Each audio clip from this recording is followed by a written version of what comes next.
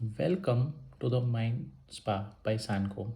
As we head into our third episode of the career development topic, we focus on aspiring performers.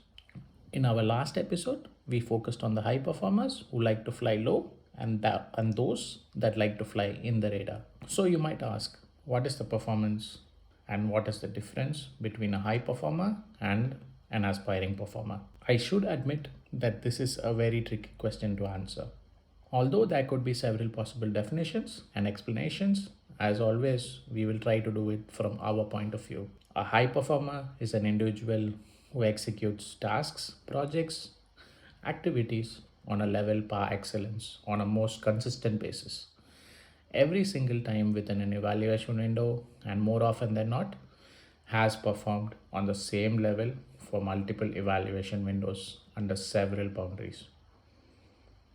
An aspiring performer, on the other hand, is an individual within an organization who delivers results on the majority of occasions and on some occasions goes beyond the call of duty to reach levels of excellence.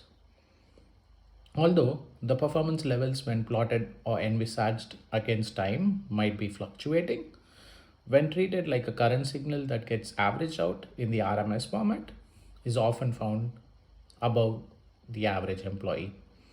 Such employees can be piled up under the category of aspiring performers. So, what makes an aspiring performer not become a high performer? Are they not interested? One might ask. Are they not capable? Some might question. Are they not enabled to be a high performer? Others might doubt. The answer lies in the willingness as well as the willpower of the individual in question. Several instances and multiple boundaries define the actions and reactions of individuals. The individuals who choose to be aspiring performers often fall under the category of those who fly in the radar for two reasons, both of which are in their control somehow. Number one is the nature of the variation in their performance levels. The team leads often expect their team members to perform consistently at a certain level, and the appraisal process is designed around this assumption. Although the assumption might seem not fair at times when looked at over time, fits the best to a fair reaction from the organization towards the actions of an individual.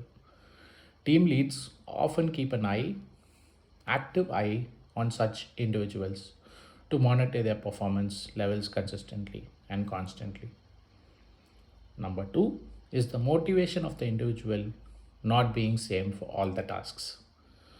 Some of the tasks hit the sweet spot and subsequently trigger the adrenaline in these individuals.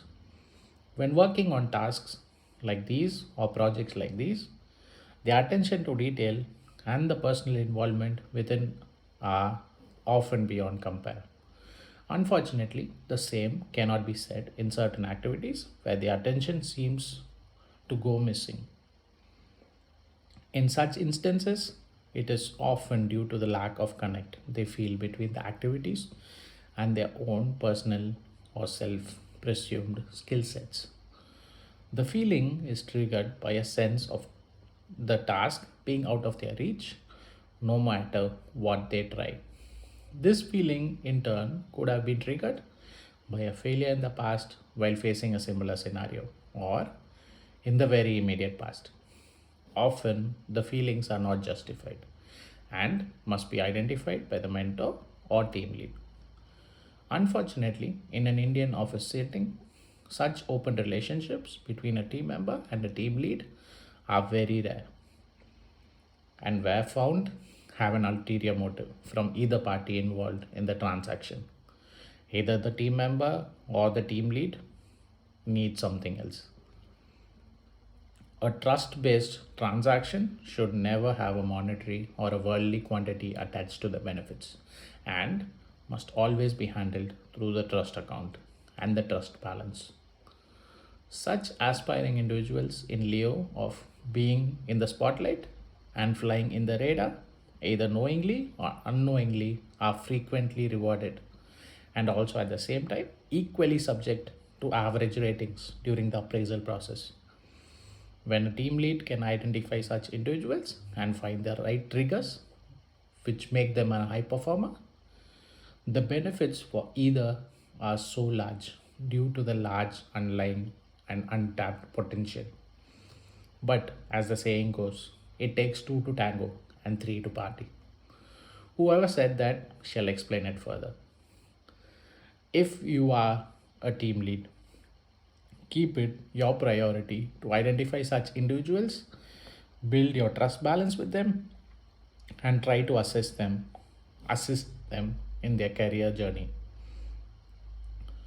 If you are an individual, find the right mentor. If the trust balance with your team lead is very bad and beyond recovery, it's always okay to find a mentor outside your team.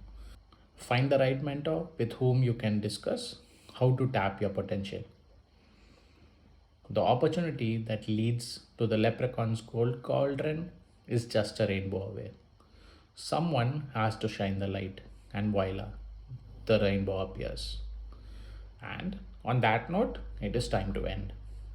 Stay healthy, safe, and motivated. Let us keep the world moving.